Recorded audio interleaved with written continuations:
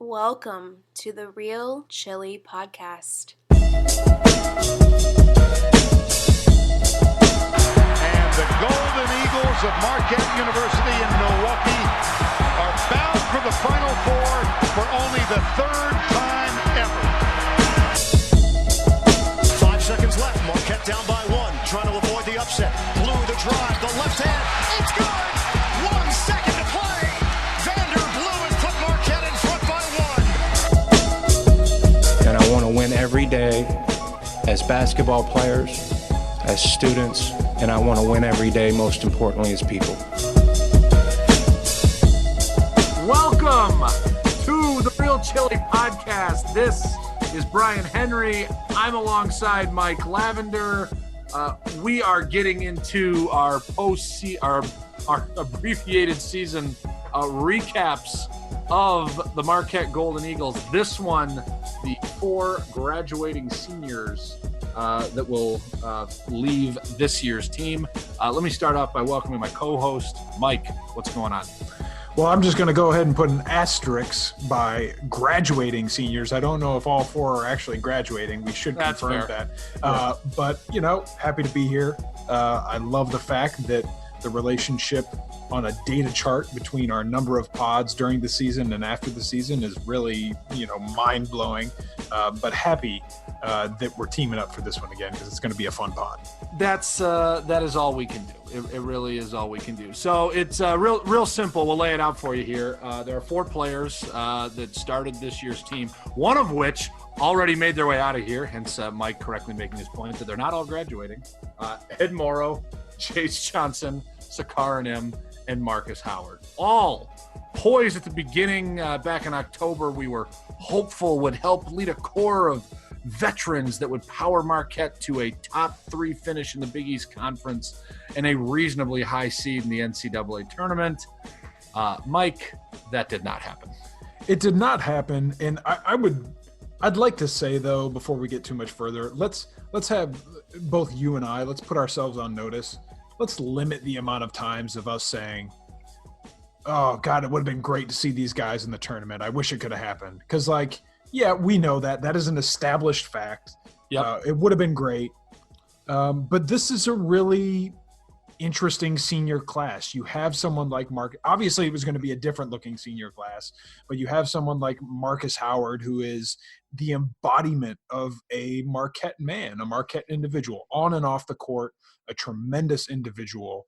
You have someone like Jace Johnson, who's a newcomer, but really kind of, as we talked about on the last pod, Left it all out there, brought energy, and you can't fault the kid for that. And you have someone like Ed Morrow, who clearly had issues with this team and the way things were being handled. So this is a senior class that, if you want to call it that, kind of had everything. And I think it's going to be really fun to talk about and work through all those different things. And, of course, not to forget Sakar, who really, God love the kid for giving all the effort that he gave and really going from a redshirt year to kind of what we saw him become this year. No doubt. And we have thoughts on everybody. Let's start the Sound of Music? Let's start at the very beginning. We're going to start with the guy who got the hell out of here because he couldn't take it anymore. And that becoming a strange theme for Marquette basketball over the last few seasons. Ed Morrow. Mike, let me provide this context. Ed Morrow, when he came to Marquette, came in as a transfer coming from the University of Nebraska.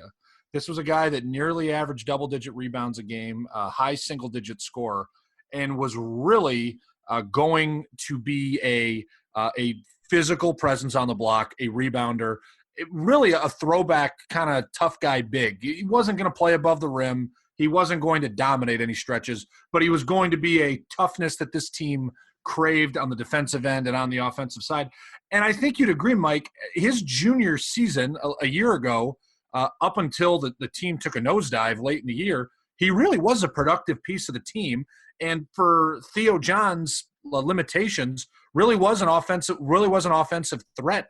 He lived in that role a year ago and was a big part of them getting to a 5 seed and having success. I'll be perfectly honest. I can't explain what happened this year. He was on a milk carton from day one, and they were actively worse with him on the floor. Why did you think that was? Or am I unfair in saying that?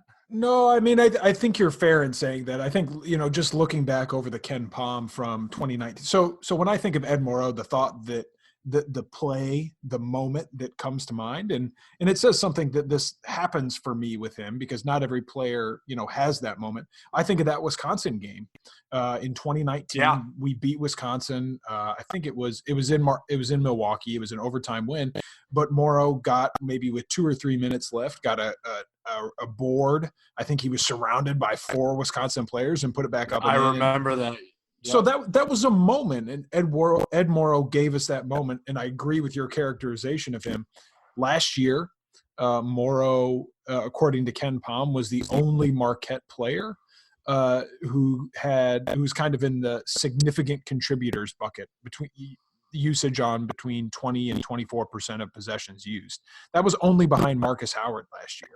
So the trajectory and the arc of Ed Morrow is a really interesting one, and a really nuanced one, because he did have this outsized role last year of kind of the enforcer. Not a lot of touch, not a lot of skill, or ball handling skill. But what we saw this year, as you pointed out, was he couldn't guard anybody.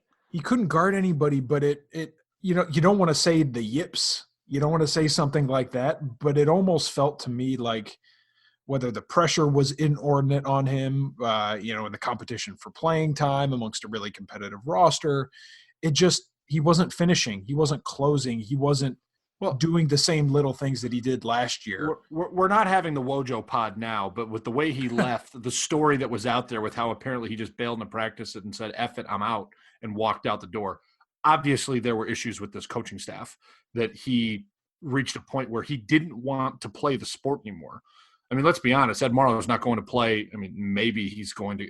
You never know. There's people you never think will get a job. Andrew Rousey's still floating in the G League somewhere. So, crap, maybe anybody can play professional basketball. But, I mean, this is the highest level he's going to play at for likely the rest of his life. You're going to bail in the middle of the season. It was that bad to a point where you couldn't take it anymore.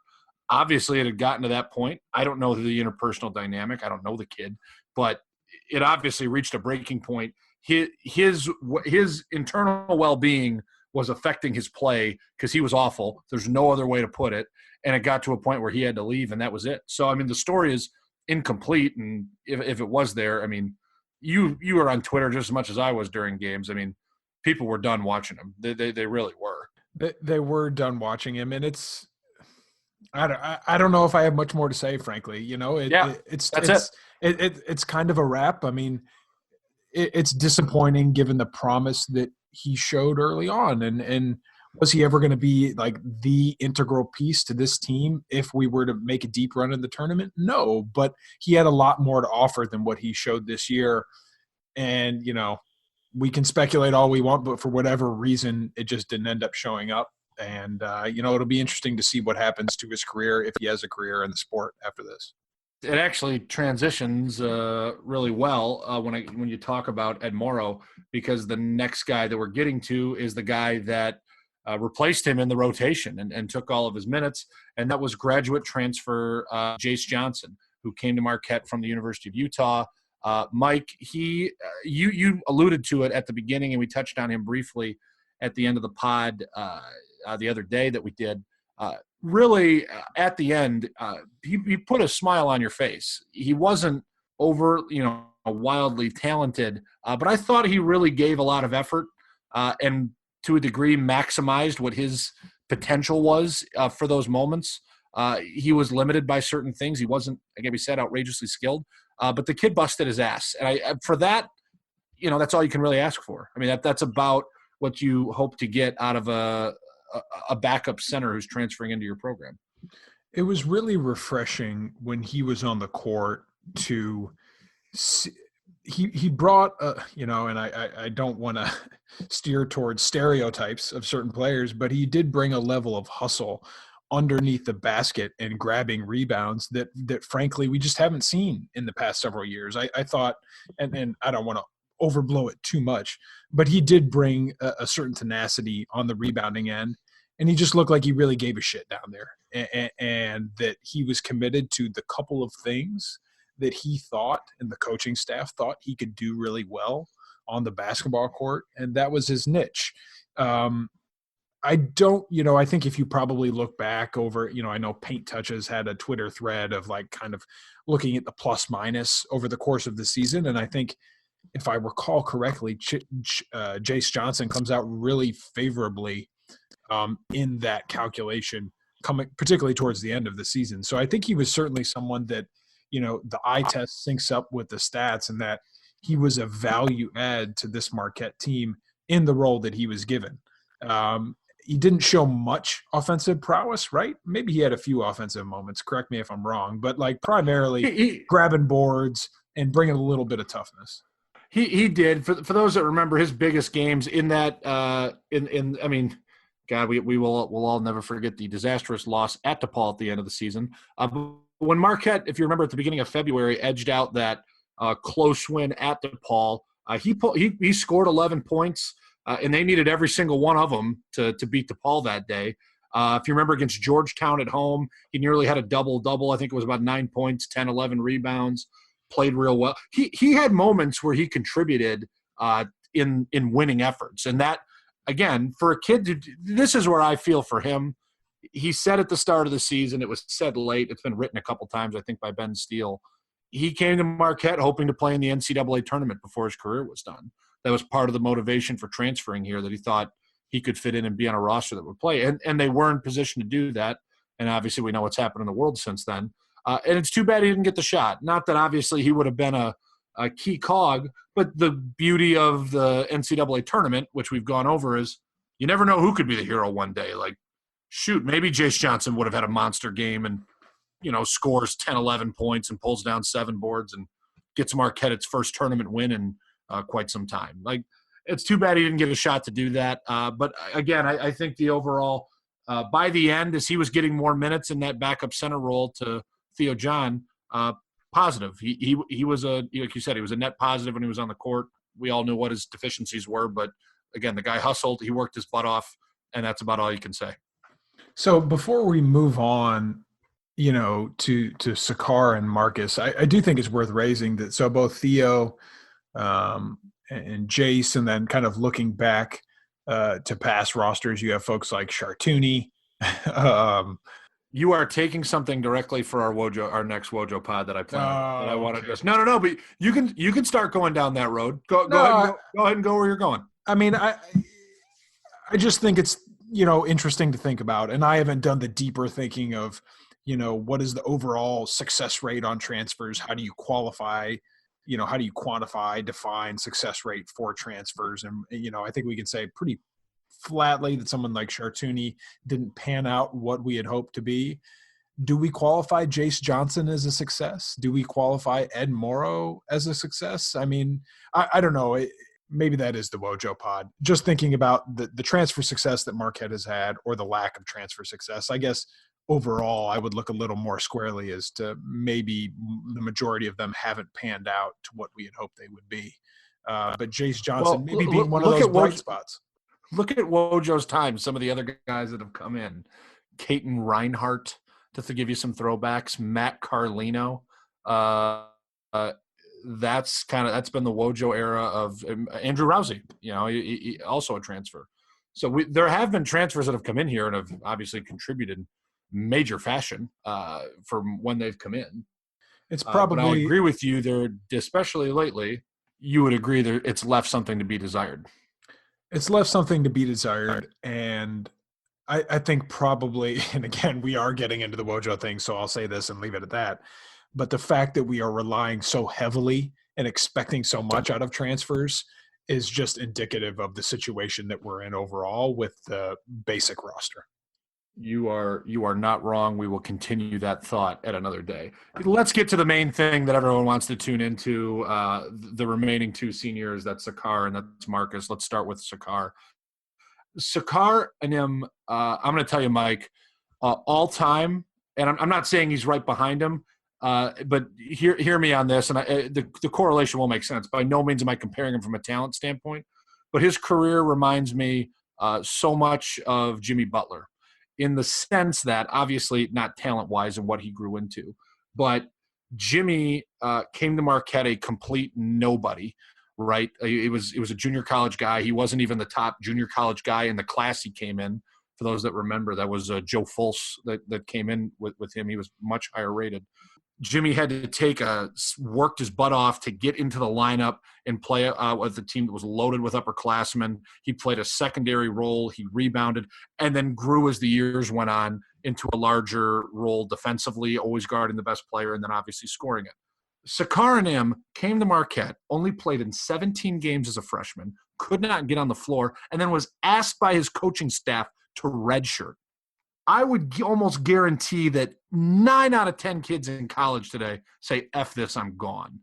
He could have transferred probably anywhere he wanted and contributed at a Division I school because he was a fairly big time player coming out of Minneapolis. He wasn't a 5-star type talent.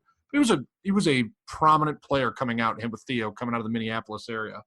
And he agreed to do it, completely transformed his body. He got much bigger and stronger. And by the time he came in as for his redshirt sophomore season, he starts every game in Big East play, becomes our best wing on-ball defender, and holds that role for 3 full seasons.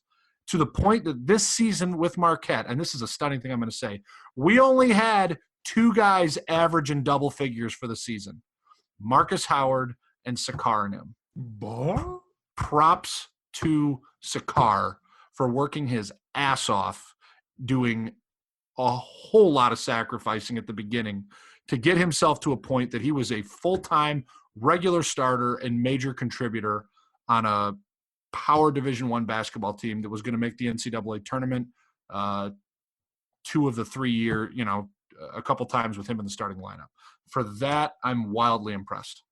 I'm going to get a little emotional here. I think when I think of the senior class or just basketball players in general, I can see myself in someone like Sakar.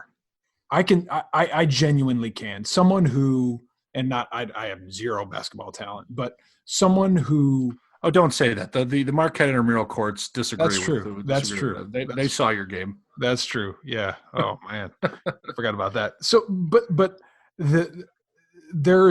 I have nothing but respect for someone who recognizes perhaps the own limitations in their talent, and the only thing they know how to do in response to that is just work their ass off. And what you just said, what you just described about Sakar, not only is it accurate, but it's so impressive for someone at that age to be able to come up with that solution, that level of commitment, that level of commitment to not just the Marquette basketball program, but anything. So I have really enjoyed watching Sakar play over the last several years. I've enjoyed saying how good of a perimeter defender he is and defender in general. He's never someone that hangs his head. He always seems to give maximum amounts of effort. Does that mean he's frequently one of the best few players on the court? Not necessarily. Are there times when he's put up a 3 that I've said, oh, Jesus Christ, and then it's clanked off the backboard or not even drawn rim? Yeah, and that's the type of player he was, right? There were moments of brilliance, particularly this year. There were also moments this year when he couldn't or wasn't able to deliver when we really needed him to deliver. I don't bring that up to taint his image or to taint what we think of him, but that's the reality. He was a hardworking player who brought a lot to the table, and Marquette would be a worse program without him. But at the same time, we weren't able to get over the hump, in part due to him, but in part due to other players. But is it also fair to say, he was never supposed to be in the role of being the second leading scorer?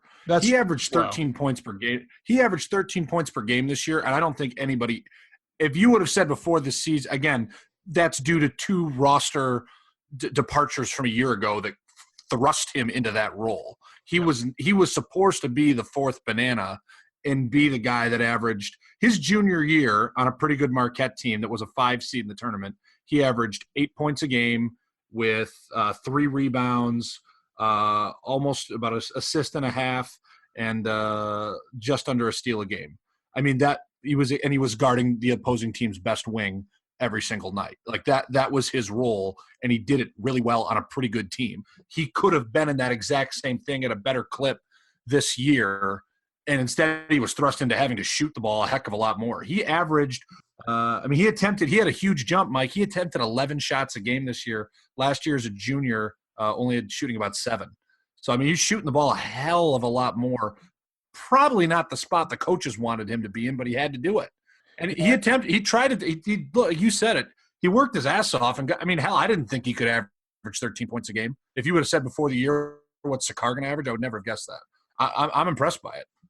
Definitely impressed by it. And I think perhaps more than anybody within the 4 seniors, Sakar is someone who, you don't want to say adversely impacted, but adversely impacted by the departure of the Hausers, because you pointed out, right? He was thrust into a spot that probably didn't suit his talents best, right? And maybe that drew the ire of fans a little bit more than is reasonable to have expected. The shadow that the Hauser departures cast over this discussion is significant, and we just need folks to recognize that. No doubt. And I'll end with this with Sakar before we get to obviously the main event. The other biggest thing that I think is worth saying, Mike, to your point about a guy who recognizes where he was and only worked his ass off, his redshirt sophomore year when he started 30 games and really got to do it for the first time on a Marquette team, if you remember, that missed the NCAA tournament, he shot 23% from 3 that year. And wow. really was a non-factor from beyond the arc. And couldn't draw a ton of attention out there. His next 2 he made the jump the following season to shoot 39% from 3 as a junior and shot 39.2 as a senior. Go from a 23% shooter from 3 to make himself confident to nearly shoot 40%, I think is a hell of just a testament right there of a guy that got himself better. And that, again, I can't applaud Sakar enough. I think the more personalities we had like him in the program, we would be in a much better spot, because that's an attitude of a guy that's selfless. He did everything. He guarded the hell out of the ball, and he was a guy who was there for his teammates. I'd go to war with Sakar and him or anybody like him any day of the week. Anything else on Sakar? Yeah, I just want to ask you a question. Is there a moment, a Sakar moment, that comes to mind when I say that or when you think of him? Because, is there a moment? I mean, I'll be honest, Mike, when you put me on the spot and you just think about it, one doesn't immediately jump. As I jump back and I look at his game log from seasons past, I mean, he scored 28 points at Xavier earlier this season, which was a massive game for those of us that remember, and a Marquette winning in an overtime effort. Kobe McEwen had a big overtime in that as well. But, I mean, that's obviously a moment. That's a huge road win on the road that Marcus, if you remember, got hurt in. Last year at Creighton in that ridiculous game that Sam hit that buzzer beater and Marquette still scored 26 points. I mean, so he had huge performances in Big East games that Marquette won. That's worth remembering. If you're saying, was there a distinct play, I'm sure there's others that could remember better than me. No, but those two just off the top of my head, look at the numbers going, God, that's right. He had monster games in road wins in the conference. He threw a couple of those in there. Absolutely. Those are both good points. Sneaky monster games. And I know he had a few more of those as well. I ask because I don't have a moment that comes to mind for him, but what does immediately come to mind, for him and what I'll remember him for is just the consistency that the consistent presence that he was for our team. Did that always show up in the box score in terms of, double-digit points? I guess he averaged that this season. But he just felt like I know this is ephemeral. He felt like a consistent, mature presence on this team, on this roster for a number of years that I think is really hard to quantify in the box score. And you see that in some of the coaches' tweets about him of what a great person and great guy he was. That's what I'm going to remember him for. I don't have a moment for him, but I do think he has a really positive place in my Marquette memory. No doubt about that. Sakar is worthy of all of our applause. We'll get to the final senior, and God, what do you say? Without question, one of the greatest players that have come through Marquette's program in its pretty 90-plus illustrious year history. Marcus Howard. Mike, if you'll indulge me, if I could run down the Please. list. I'm gonna take a sip from my beer here. Yeah, take a sip here. This might take a minute. Most points among all active D1 players by the end of this season to finish a career. Led the nation in scoring this year as a senior with a whopping 27.8 points per game. Averaged 20 points a game plus as a sophomore, junior, and senior. Let us not forget, led the nation in three-point shooting as a freshman, shooting a ridiculous 54.7 from three. He's a career near 43% three-point shooter with the attention of defenses still on him to shoot at that clip is nuts. He started 121 of 128 games at Marquette. And the biggest one, which we all know, is 2,761 points, the most in program history, passing Jarrell McNeil at the beginning of the season, and he finished nearly 800 points ahead of Jarrell, the man who previously held the scoring record. He set the school record for points per game in a season as a junior with 25 a game, and then broke it again his senior year.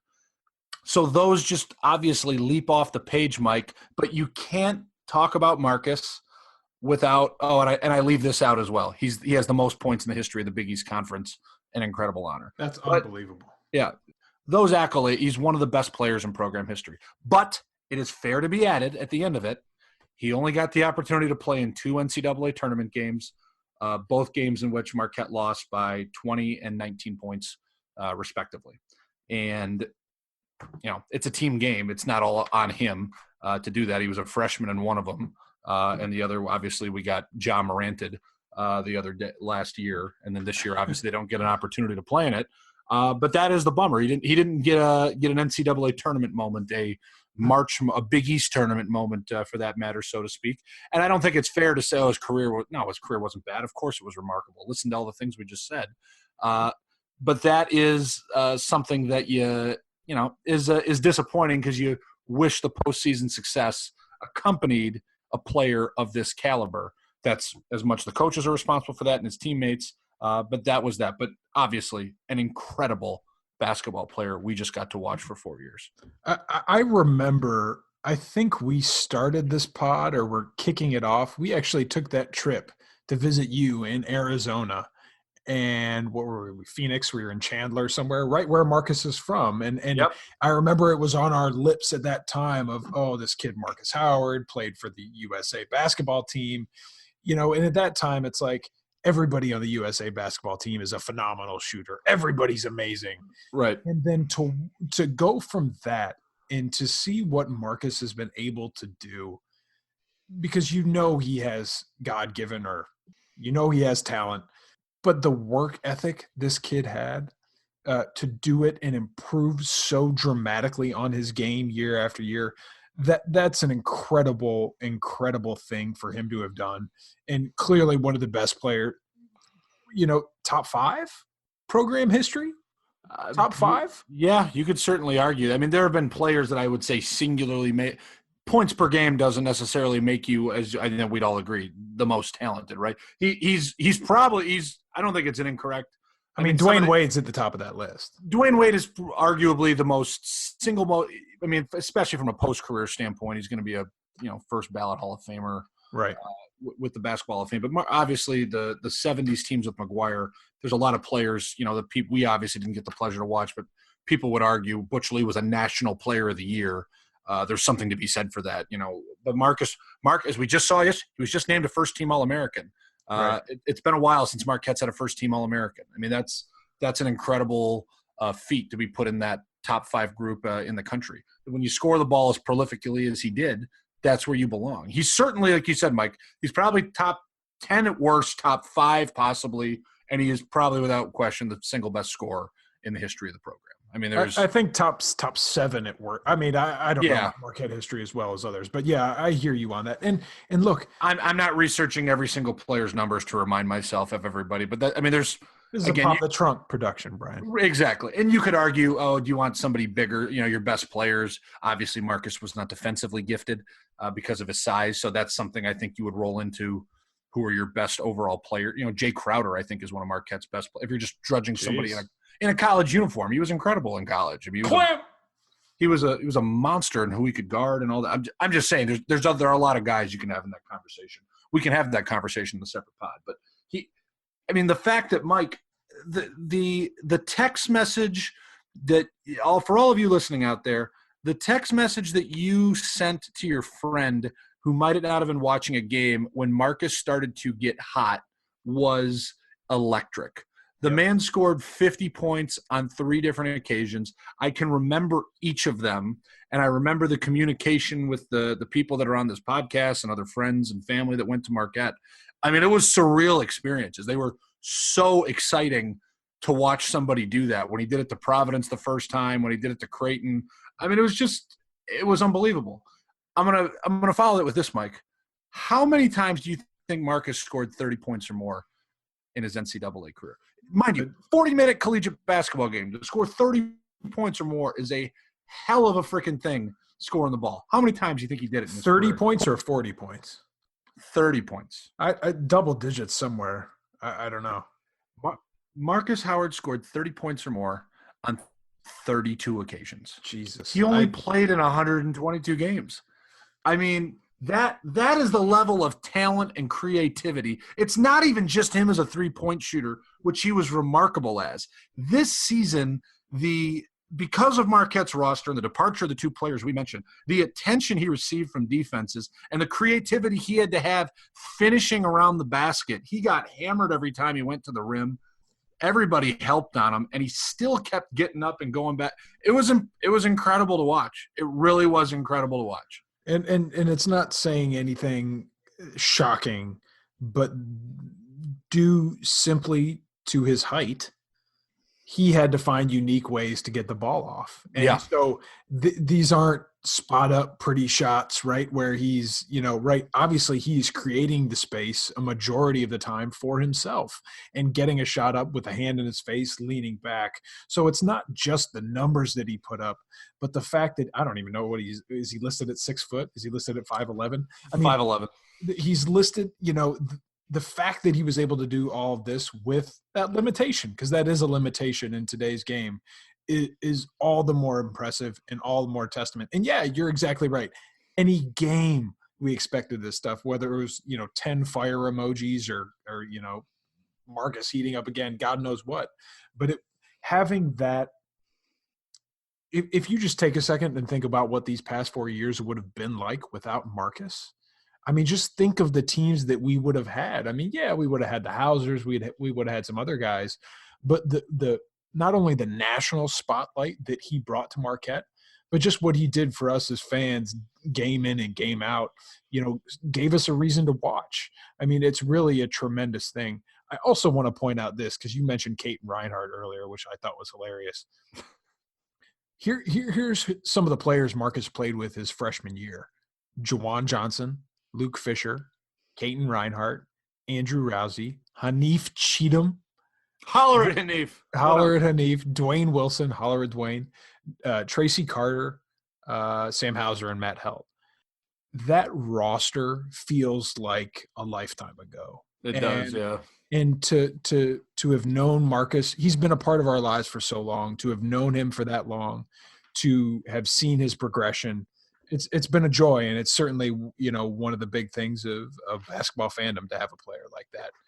But ultimately, Brian, kind of to kick it back to you, all of those accolades, it is difficult because at some point you do have to separate the individual accolades from the team accolades, and the discussion of that discussion is a really complex one, right? Because this is, yes, it 100% is. And here's the question. I'll turn it around and put a question right back at you. And this is something I'd like to hear from our whole group. And I think the Marquette fan base, if you're listening to this, I'm sure you've had Marquette basketball conversations. You've probably had this discussion with somebody. This isn't fair, because I think the answer to it is yes, but I do think you have to think about it. Were we a better team with Marcus Howard? If you took a different collegiate point guard that was more obviously pass first, or did not, I mean, Marcus obviously shot it at an incredible clip, especially his senior year. is that a recipe for winning basketball, to have a player dominate the ball that much at this level? I think it's part of his story. That's a question to ask. It's a question to ask. I think we're going to talk about this even more in depth in the Wojo pod, but No doubt. we do need to talk about it some here, because their stories can't be separated from each other, right? Like that they are one and the same. I do think we were a better basketball team because of Marcus Howard. I think ultimately, whether it's on the coaching staff or other factors, the situation around him was not the best he could have been put in. Could he have gone somewhere else and been put in a much better situation, some other Marquette comparable school? I don't think that we ultimately put the right pieces around Marcus. Marcus is the kind of guy you put pieces around, right? And I don't think, for whatever reasons, whether due to departures, whether due to coaching staff, whether due to recruiting, whether due to cold fucking Milwaukee winters, I don't think we did that. And is that Marcus's fault? No, but it's part of the legacy. Let us not forget, and I know I'm guilty of constantly harping back to it, but if you go back to mid-February of 2019, let us not forget that this team had a multi-game lead in the Big East Conference and was we were all in the process of getting sizes for our Big East champions ring. We were going to win the regular season Big East title. It was a year ago. That team was humming. We were staring down the barrel at a 3 seed, and I even remember us having a conversation on a pod. God, if we got hot and won the conference tournament, we could maybe get to a 2. I mean, we were obviously putting the cart well before the horse, and things disintegrated. But to your point about, did we put the right players around Marcus? I think we saw for 3/4 of a season a team that did maximize it. And while that's a good point. Obviously it was creating infighting in a situation that couldn't be resolved by people talking to each other because of what happened. But that team was performing at a high level and was beating everybody they were playing. We were, and now granted, I think you could argue a year ago Villanova had lost a ton of talent from the previous year, so we were in a position to be the best team in the league due to departures. But the point was, we were right there, and then things came apart, and then obviously the roster changed, and we had to go into this season with what we had, and we still had stretches this season we were okay. The only reason why I'm going to answer my own question, Mike, the one I posed to you, I think the answer is yes, we were a better team with Marcus, but you're right. I think we could have been better with the full complement of players. Point being, I think when you rely on one player as much as we did with Marcus, you're susceptible to losing to teams like St. John's and DePaul, which we did at the end of the season, because it's easy to throw a bunch of people at one guy. And if Sakar and Theo John don't take advantage of their shot opportunities that day, we get beat. And that's what happened. And that's why this team went 500 in conference play, which was, a bummer. I think, thinking about NBA on TNT a lot recently, and Charles Barkley and all that crew. And anyway, it's been a weird fucking 2020, man. We got to have a 2020 pod at some point. But, thinking about, Charles Barkley and Shaq always ribbing him for not having a championship, but Charles being one of the greats of all time. And just, not expecting Marcus to have won a championship, but thinking about it in that same light, it's disappointing for Marcus to not have not only a tournament win, but even getting to the second weekend. And I think that does taint the record to some degree, right? Like it not him per se. I'm not putting that on him, but that is here. I asked you the same question about Sakar. I don't know if I have the Marcus Howard memory that immediately comes to mind. I have the Jay Crowder one. I have the Jimmy Butler one. I have – Come on, the 50-point games aren't the first thing to come to your head with Marcus? 50 fucking – they are. They're 50-point games in February against Providence. Those are amazing. It takes amazing talent. That no one's questioning that. I'm just saying when push comes to shove and there's a moment to deliver in the clutch on a big stage. Whether he was not put in that moment or he didn't deliver, I'm not going to say. That's fair. But I think it's part of it. No, you're right. I don't have it. Because all those other guys you just named, without even thinking, and it's been a decade, I can think of Jimmy Butler's baseline jumper on the road at St. John's at the buzzer to win. We can think of frickin' Jay Crowder at UConn. Yep, Jay Crowder at UConn. Darius Johnson-Odom hitting that 3 to beat Syracuse to go to the Sweet 16. Devontae Gardner had moments against Syracuse. I mean, it is – Dwight Burke had that tip dunk against Georgetown. I'm kidding. That's just get the fuck out of here. I'm sorry. I had to do it. But Steve Novak, right? You think of that shot against Notre Dame. Yep. I mean – going for 41 and 16 against UConn in the first game. You're absolutely – Dominique James had a 3 to beat Valparaiso at the buzzer. We can think of obviously Jarrell McNeil. I mean, take your pick. He had some monster games with big I almost feel like it's blasphemy. I'm not a religious guy. I almost feel like it's blasphemy saying that.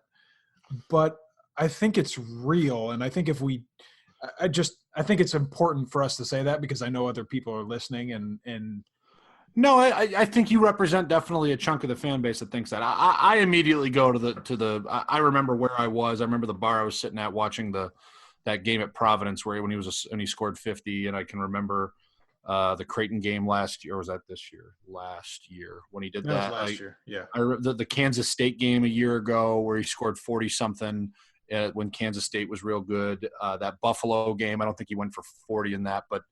That was an unbelievable. Like I remember. It sound like non-con games, Brian. I know, but they were moments. I mean, they were moments. But you're right. We'll date ourselves for a second, which is God knows we're great at on this podcast.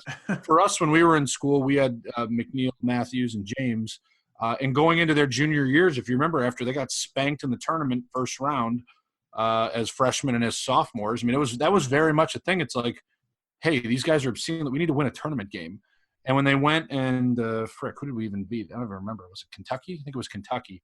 It wasn't a great Kentucky team, and we beat them our junior year. Like, that was a big deal that they won a tournament game, you know, and then the fucking Lopez twins just broke our hearts the next game. But, I mean, that was a big deal. And the next year they beat, I think it was Utah State in the first round before losing tragically to Missouri. But they won a couple NCAA tournament games and gave us – that full weekend, and it was an accomplishment. That doesn't mean their careers were more meaningful because obviously Marcus offensively put up way more numbers than any of those guys.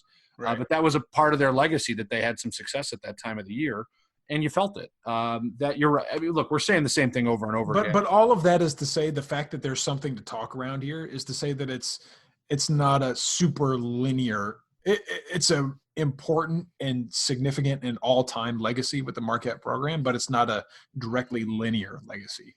There are complications to it.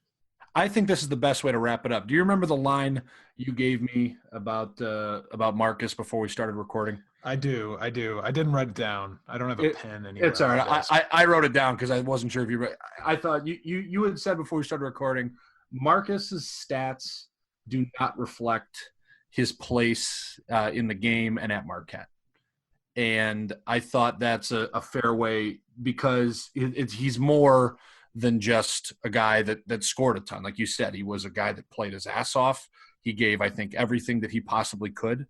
But the tough thing is 20 years from now, right? Some kid's just going to look at the box score and go, holy crap, Marcus Howard was incredible. And don't get me wrong, Marcus Howard was incredible, but there's a but after it, right? Like for those of us that were there and saw it and are here, whether you're a freshman at the school right now or somebody who's been watching games since 1965, there's a but after Marcus Howard, right?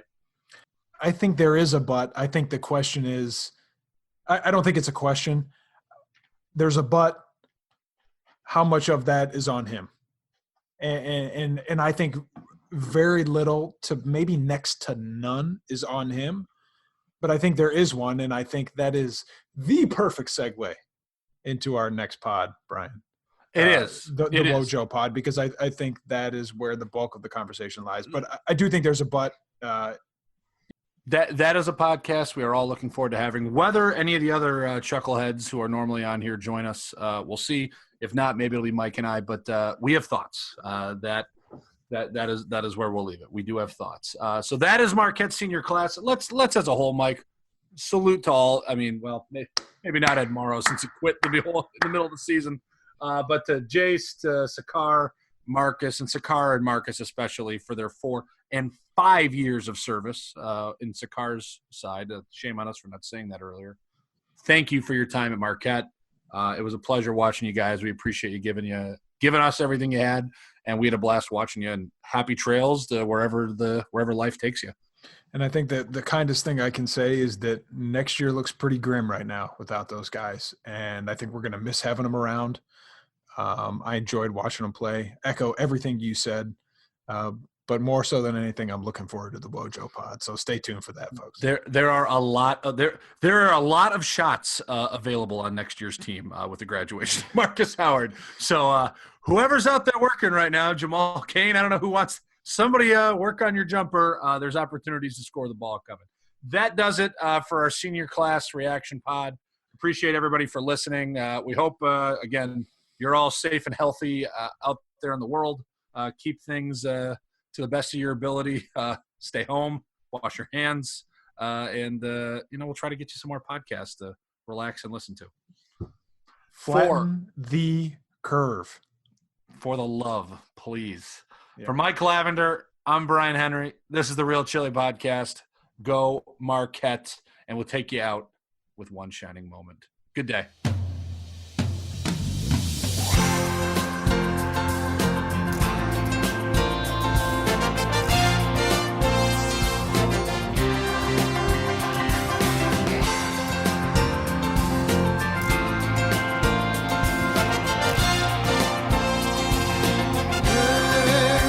The ball is tipped, and there you are.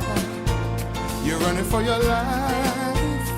You're a shooting star. And all the years, no one knows just how hard you worked. But now it shows. In one shining moment, it's all on the line. In one shining moment, they're frozen in time. But time is short and the road is long. In the blinking of an eye, that moment's gone. And when it's done, win or lose, you always did your best. 'Cause inside you knew that in one shining moment you reached deep inside. One shining moment you knew you were alive. Feel the beat of your heart, feel the wind in your face. It's more than a contest, it's more than a race.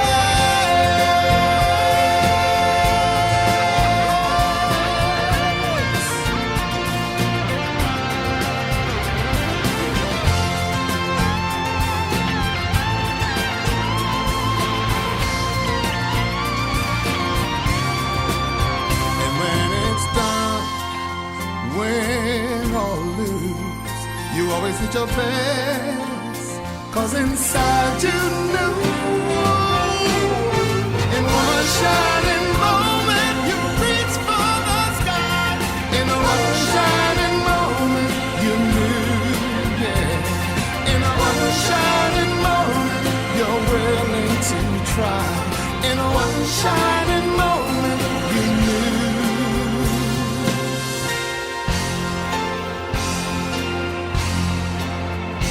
One shine.